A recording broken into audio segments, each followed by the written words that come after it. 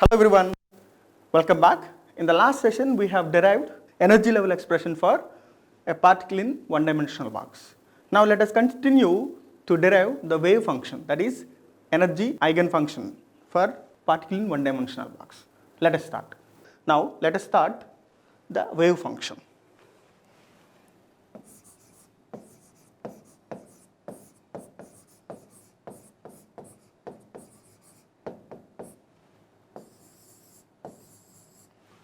We know that wave function already, that is from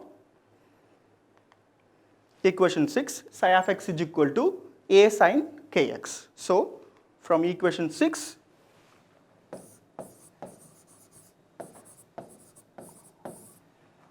psi of x is equal to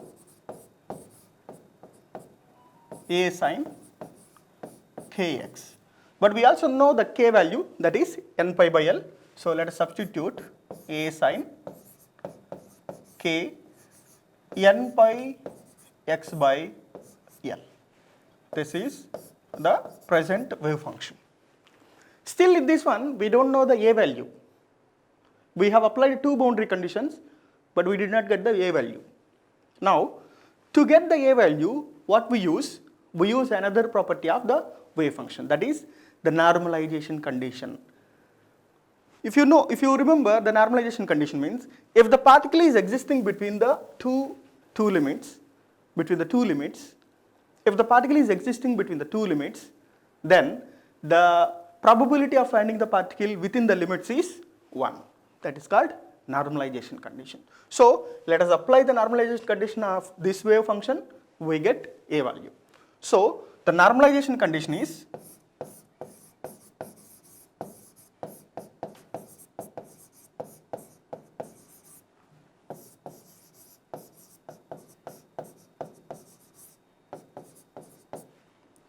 integration of psi star dx is equal to 1.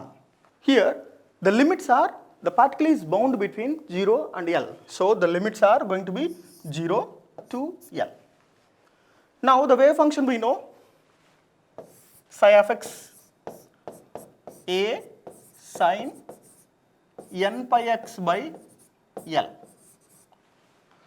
The psi star is the complex conjugate of the wave function. If you see here, there is no complex numbers. So psi star also becomes same. Psi star is equal to a star, that is a, that's a constant. So a sin n pi x by L. Now substitute these two values in this equation, that is 0 to L integration of psi star. That means a sin n pi x by L into a sin n pi x by L, that gives us a square sin square n pi x by L into dx is equal to 1. Now this is a sin square theta, we can write this into cos 2 theta form, which is equal to integration of 0 to L a square into, we can write this one 1 by 2 into 1 minus cos 2 n pi x by L into dx is equal to 1. Cos 2 theta is equal to 1 minus 2 sin square theta. From that we can get this equation. So a square into 0 to L 1 by 2 dx minus 0 to L cos 2 n pi x by L into dx is equal to 1. So I will write this one a square 1 by 2 into dx, that is 1 by 2 into dx. If you do it, the integration is x 0 to L minus, if I come to this one, I will write this whole term integration of 0 to L cos 2 n pi x by L into dx is equal to 1. And if you do this integration, this will become sine function. Now, if you apply the limits, sine of n pi into 0, sine 0, that is 0, minus sine of n pi into L by L, that means sine of n pi, that is also 0. So this whole term becomes 0 after applying the integration and substituting the limits. Now the only left is a square into, if you substitute the limits, it will be L by 2 is equal to 1, because the term becomes 0. Now a square is equal to 2 by L, then equal to root 2 by L. So now we know that the a value. So now we substitute this a value to get the final wave function. That is, so from equation 6, this is the equation 6. So from equation 6, so the total wave function is psi of x is equal to a means root 2 by L into sine n pi x by L, where n runs from 1, 2, 3 and so on. This is the wave function for the system. This is also called as eigenfunction and eigenenergy levels. Now let us see how the wave function look like.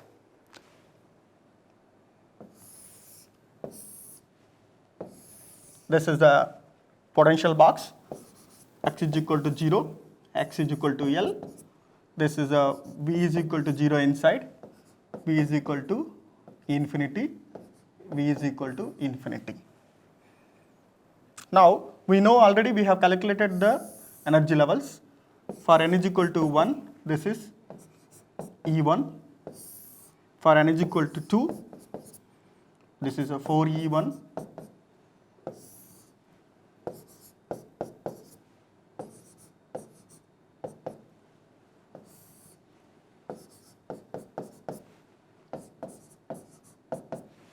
This is the energy level diagram. Now if you remember, this is energy equation is En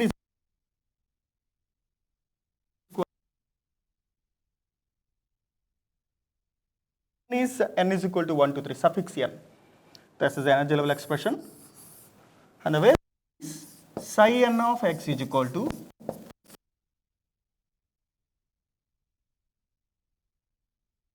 x by.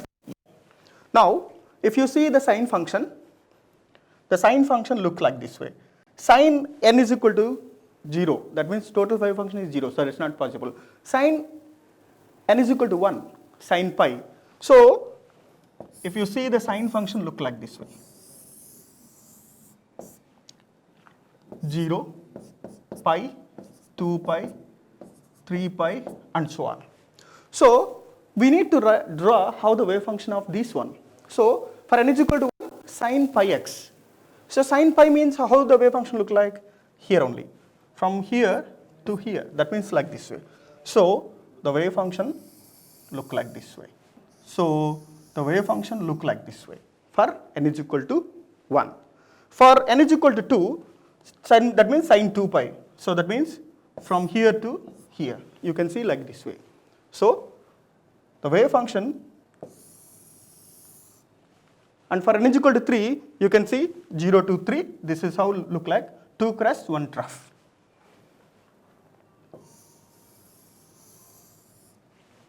And so on for n is equal to 4. So this is how we can draw the wave functions as well. So this is how we can get the energy level expressions and wave functions. We can also do probability of the finding the particle in these energy levels by using this wave function. But that is not part of our course, so that you can learn by using reference textbooks. Let's do one problem on this one. If an electron is struck in a one-dimensional potential box and the ground state energy of this electron is 4.3 electron volts. Find the energy of the electron in third energy state and third excited state. So, this is the energy level diagram. X is equal to 0, X is equal to L.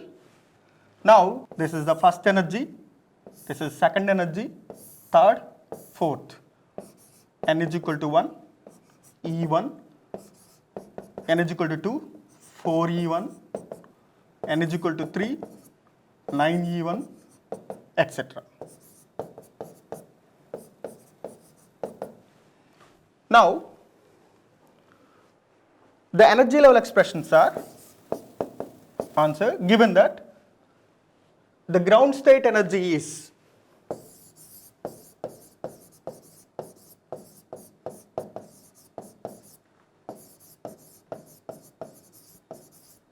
that means E1 is equal to 4.3 electron volts. They are asking you to find out third energy state, that means E3, and third excited state. What is this excited state? Let us see now. If this is the ground state,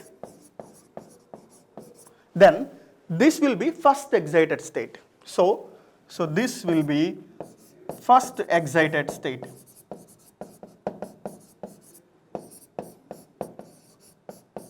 And this will be second excited state. And this will be third excited state.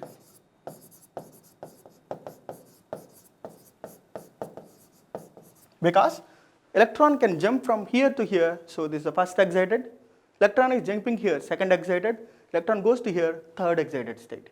Third excited state means N is equal to 4. Third state means N is equal to 3. So, the third excited state is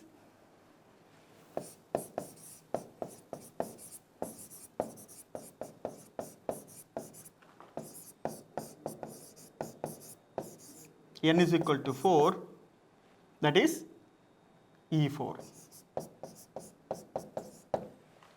Now we know from the energy level diagram, and also let's write equal to N square H square by 8mA square, 8mL square. So by substituting N is equal to 1, we get E1, N is equal to 2, E2 and so on. So they are asking you to find out E3, E4. So we can write E3 is equal to 9E1. But we know that the E1 is 4.3 electron volts. So 9 into 4.3 electron volts is equal to, and E4 is equal to, that is the third excited state, 16 E1, which is equal to 16 into 4.3 electron volts, which is equal to, now, so after using calculator you can get E3 is equal to 38.7 electron volts, and E4, that is the third excited state, is equal to 68.8 electron volts. So the answer is E3 is equal to 38.7 electron volt and E4 is equal to 68.8 electron volts. This is how the problems will be sometimes.